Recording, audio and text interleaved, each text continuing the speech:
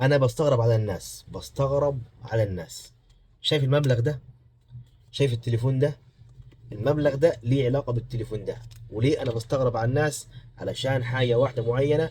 تابع معايا، دي نصيحة هتفيدك مستقبلا علشان ما تعملهاش. من اسبوع عدى جاء واحد اشترى مني الموبايل اوبو اي 3 ده بسعر كام؟ 8350 جنيه، اللي هو اوبو اي 3 مساحة 128 مع رامات 6 جيجا رام. والموبايل كان عاجبه وزي الفل وتمام التمام، وهو جايب الاسم علشان يشتري الموبايل ده. خد الموبايل وفعلناه له واشتغل، كان مبسوط بيه وزي الفل. عدى اسبوع، جاء النهارده علشان يبيعه. ليه؟ علشان يبيعه عشان ايه؟ علشان في موبايل تاني نزل. شافه بالنسبه له هيكون افضل من ده، وهيخسر في ده وهيحط فلوس على المبلغ اللي هيدفعه بعد ده علشان يشتري الموبايل التاني. ده المبلغ اللي اشترى بيه الموبايل اللي هو ده في البداية، 8350 جنيه. فجاي يبيعه بعد اسبوع. اقل ما في الامر الموبايل هينزل حوالي بتاع 1500 جنيه. الفكره مش في ال 1500 جنيه. انت لو راجل مقتدر ومعاك فلوس كتير ونقول ما فيش مشاكل زي بعض، يعني بتحب تجدد كل اسبوع او كل 10 ايام، ما فيش مشكله.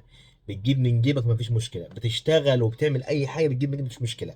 لكن المشكله ان انا مش حاببها او مش عايزها، ونصحته.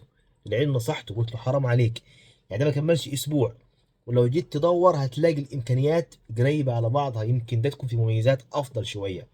راح يشتري الموبايل اللي هو ريلمي سي 75 اللي هو ضد الماء والصدمات.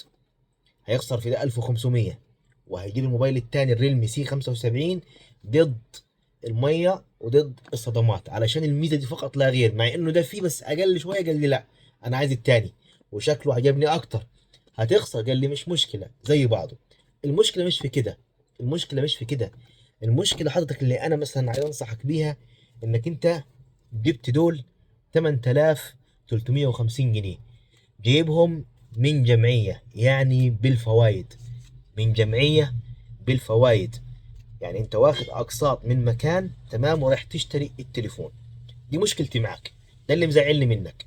خدت التليفون اللي هو ده في البدايه وخد معاك اسبوع ورايح ترجعه، وهتخسر فيه 1500 جنيه عشان يتفتح ويستخدم، وهتاخد التليفون الثاني، والتليفون الثاني تدفع عليه زياده.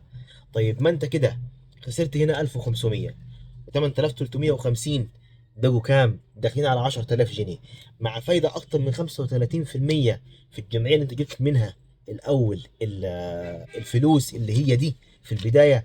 انت دخلت كده في حسبة 15 16 الف جنيه في موبايل ثمنه كله 8000 جنيه.